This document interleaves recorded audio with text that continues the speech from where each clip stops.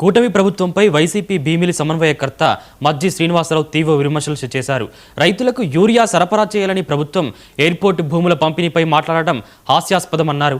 జగన్ బొత్సపై కొందరు ఎమ్మెల్యేలు వ్యాఖ్యలు చేయడం తగదని మండిపడ్డారు. ప్రభుత్వ హామీలను ప్రజలు ఇక సమ్మె స్థితిలో లేరని, పథకాల పేర్లు మార్చడం ద్వారా గొప్పదనం రాదని మజ్జి శ్రీనివాస్ విమర్శించారు.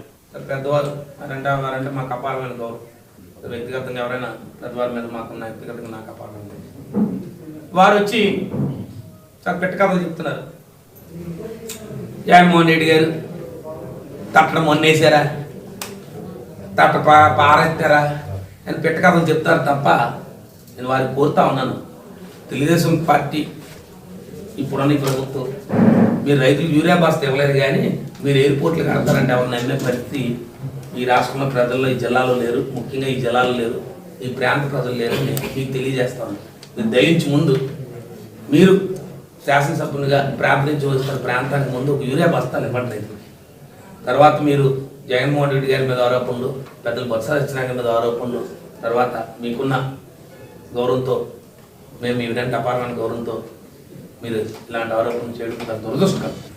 ఎవరో కొత్తగా వచ్చిన వాళ్ళు మాట్లాడతారు. వాళ్ళు ఏంటంటే వాళ్ళ రాజకీయాలు భూములు, లేకపోతే వారు ఏదో వారు ఇంకా ఉన్నతమైన స్థానాలకు వెళ్ళాలనో, వారి కోరిక ఇంకేదో ఎవరైనా విమర్శిస్తే మా గౌరవం పెరుగుతుందనో, వారికి ఏమైనా వారు చేశారంటే మేమేమి అనగానే మీరు ఇంత సీనియర్ శాసనసభ్యులు అయ్యి ఇంత సీనియర్ రాజకీయాలు ఉండి మీరు వచ్చి జగన్మోహన్ రెడ్డి గారిని, పెద్ద సత్యబాబు గారిని విమర్శ